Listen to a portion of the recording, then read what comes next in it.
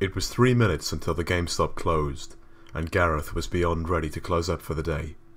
The only thing that was on his mind was getting back to his modest flat, cracking open a bottle of seltzer, and playing No Man's Sky until he fell asleep.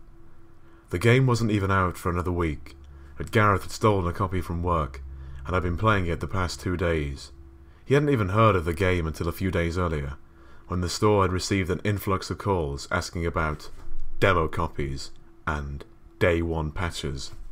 He immediately looked up the game and was entranced by the idea of exploring distant, procedurally generated worlds. The phone rang. "Hello, this is GameSpot, your spot for games," Gareth answered monotonously. "Hi, can you tell me what date is listed on the flyer in the game case for No Man's Sky? This is important," said the voice on the other end. "No sir, I cannot do that," Gareth responded with a slightly annoyed tone. "Don't you get snarky with me," the caller replied angrily. "This is the 29th GameSpot I've called today. Just look in the case. It's not that hard." "Get fucked, asshole," Gareth said, hanging up. But it was Gareth who really wanted to get fucked. Ever since he broke up with Pat, his heart had been as cold and unloved as Bellari 5. His mind drifted to sad emotions, like heartbreak and sadness. With only a minute left until closing time, a bearded man entered the shop carrying a large box. "Hello there, mate," he said with a cheerful yet reserved voice that sounded like the awkward love child of an Australian and Irish accent. "Just wanted to ask you a quick question." "We're about to close, don't bother," Gareth said, brashly. The man continued toward the counter anyway. He was wearing a plaid button-down shirt, jeans, and no shoes or socks. There was a lankiness to his body. He was no buff bug, yet he carried himself with an extremely casual confidence that made his slightly feeble nature strangely attractive. Gareth thought he looked vaguely familiar, but couldn't decide from where. The man leaned across the counter and said, "Are you sure you can't spare me a moment?" He punctuated the sentence with the most heavy-handed wink Gareth had ever seen. Gareth was fairly certain the man was either trying to hit on him, or charm him into giving away information, likely about No Man's Sky, and while he found himself strangely drawn to the man's almost unintentional charm, he just wasn't emotionally stable enough to have a one-night stand with a stranger, and he certainly wasn't putting up with another No Man's Sky superfan's questions today, if the man actually wanted that and not sex. "Just get out, sir, I'm trying to close up," Gareth finally decided to respond. "Ah, okay then," the man said politely, turning away. "It's a shame." As the man approached the door, he hesitated, and set the box he was carrying on the floor. Gareth found himself admiring the man's butt as he bent over. "I think I'll just leave this here anyway," the man said. Gareth's gaze drifted to the mysterious box. "That better not be a bomb!" he shouted, only half-jokingly, but the stranger was already gone. Later that evening, Gareth sat silently in his flat. He opened a 2-litre bottle of seltzer water and swigged a large gulp. He stared at the unopened box on his coffee table, and wondered who that stranger was. "I wonder who that stranger was," he said aloud to his cat Barnsley.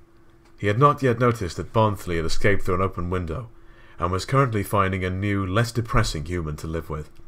"Jeepers!" Gareth shouted, as he suddenly realised who the strange man had been. "Sean Murray, the creator of No Man's Sky!" Not the shitty, faker Sean Murray from NCIS. Fuck that guy. Having only been aware of the game for a short time, he had only seen photos of the game's creator once or twice. "Wait till I tell my Twitch followers I met Sean Murray. They'll flip," he thought to himself. Instantly regretting being so rude, Gareth thrusted himself off the sofa and hurriedly opened up the box, wondering what the game maker had left him. He pulled out a large black helmet. Upon closer inspection, it appeared to be some sort of virtual reality device, but it was unlike any that Gareth had seen, because it covered the entire head. He immediately gulped down the rest of his seltzer in a single, thirsty swig, and went through the usual motions of turning on his PS4 and selecting No Man's Sky. He plugged the helmet's wireless connector into his PS4 and put it on. Gareth was hit with a sensory overload unlike any he had ever experienced. His entire field of vision was taken up by the alien world he had saved his game on. He tilted his head to see the outline of 2 alien moons peeking through the green, musty atmosphere of the alien world, like a lady's bosom in the mist of a sauna. A friendly creature passed within a meter of Gareth. Everything looked so real. It felt as if he could reach out and touch it. Then, somehow, to his utter surprise, he did touch it. He could feel the animal's coarse, curly fur as it moved under his hand. A shiver ran down Gareth's spine, slowly fading out as it reached his pelvis. He stood for a moment in shock. Somehow the VR helmet had tapped into his nervous system and was simulating the entire range of senses. It was a magnificent, almost orgasmically enchanting experience. Gareth quickly got the hang of controlling the helmet with his mind and was soon soaring into outer space. He could feel the ship vibrate beneath him as he shot through the atmosphere. It was unreal, and yet so real. The excitement of the total VR experience made Gareth a much more efficient player. He moved from planet to planet, star system to star system, faster than ever. In no time, he was at the center of the galaxy. Gareth stopped his ship in the void of space to appreciate this remarkable experience. Through the front window of his spaceship, his display identified a black hole in the distance. He sped up to approach it, but within a second the black hole had disappeared from his field of view. Where did it go? He wondered. Did I travel through it? Checking his galactic map, he was still in the same galaxy. Maybe I went faster than I thought, and I passed through it. Sure enough, turning his ship around, he saw the black hole again. Gareth soon realized the hole was not as far as he had initially perceived. Rather, it was very small. He flew his ship as close as possible and stopped. For the first time, the game gave him the option to eject from his ship in space. He left the ship and drifted toward the hole using his jetpack. It appeared to be no more than an inch wide. How peculiar, he thought. He paused for a moment and gazed at it. It's gorgeous. Somehow, instinctively, in his most primitive of urges, he knew what to do. He peeled off his spacesuit, save for his helmet, and stuck his procedurally generated dick into the black hole. He could see space-time bending slightly around the base of his penis, the rest of which had disappeared from view into the hole. It felt unlike anything he'd ever experienced. Gareth slowly began thrusting in and out of the black hole. He felt at peace with the entirety of creation, every human and every animal, every star and every atom, as the very coils of the universe rubbed against his hard cock. By chance, Gareth's ex, Pat, had stopped by to discuss trying to continue their relationship, but seeing Gareth through the window, naked, erect, and thrusting at the air with a helmet on, Pat decided that breaking up had perhaps been a good idea after all. Gareth continued fucking a black hole for about 10 minutes. He soon felt climax approaching, and pulled out to prevent it. He didn't want this awe-inspiring tidal wave of sensual pleasure to end just yet. As he was catching his breath, another penis poked through the black hole. Gareth could not tell who it belonged to. All he could see was a lone penis sticking out of the black hole. "Hello again," a familiar voice said, drifting faintly through the black hole. Gareth recognized it immediately this time. Somewhere, in another galaxy, Sean Murray was sticking his virtual penis into the other side of the black hole. "I see you're enjoying the helmet," he said seductively. "Now bend over and enjoy this!" Gareth did as he said, and began to rub himself as Sean penetrated him from behind. Gareth was again very quickly about to orgasm, and, as it approached, the procedurally generated background music began to crescendo accordingly. Truly magnificent soundtrack, 65 Days of Static, Gareth thought, and truly magnificent penis, Sean. As he was seconds away from climax, something the helmet was somehow able to discern, all the stars in the sky before him began to fade away. "Aim there," he heard Sean say faintly. With an orgasmic burst to rival a supernova, Gareth procedurally ejaculated into the black void of space. His virtual semen hurled forward, a white streak of creation soaring into the darkness.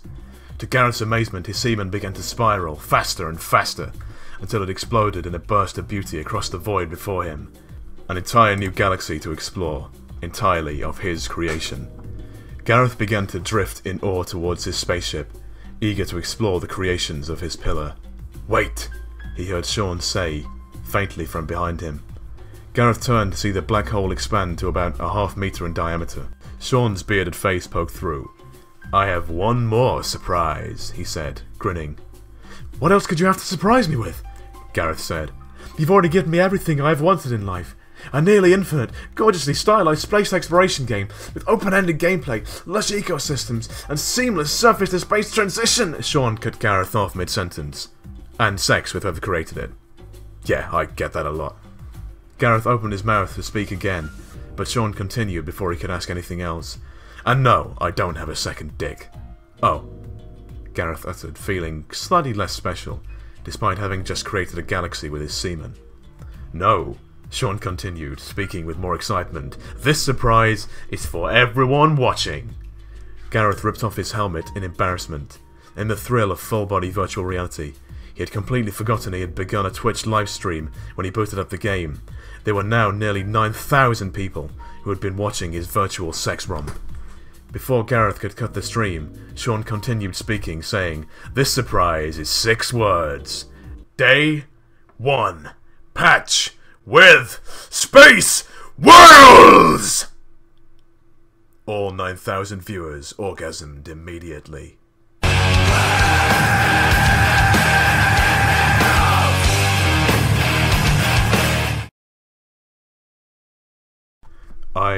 I think it's only appropriate that at this stage in our journey, I say a few words of thanks. So first of all, I'd like to thank you, the viewer, if you're still watching this terrible video that I definitely should not have made. I think it's fair to say that you and I, the viewer and the video maker, we are, if not enabling bad behaviour, then we're certainly not discouraging it. And I think we all need to be held slightly accountable for what it is that we've done here.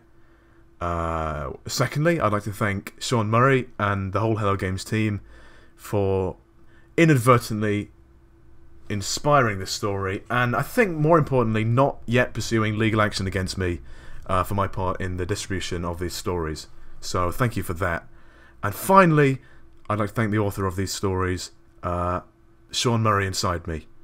I know you've said that this is the end of the road for this particular persona. That's probably for the best, all things considered. But I wish you luck in any future literary endeavours. You clearly have a talent, and I'm not going to say that your talent is wasted writing erotic Hello Games fanfiction, but your talents are definitely underappreciated. And I hope that whatever you go into in future, you can find a wider audience, and everything will be fine. And to close, while Sean Murray may be inside you, I think a small part of you will always be inside me. Thank you very much, and fare thee well. But it was Gareth who really wanted to get... He opened a 2-litre bottle of seltzer water and sligged... Why do I keep saying sligged? Why do I keep saying sligged? What? Oh. He had not yet noticed that... Barnsley. Okay, alright. As he was catching his breath, another... Oh god, I should have read ahead. And began to rub himself as Sean penetrated him from beyond. The procedurally generated... Every mistake procedural.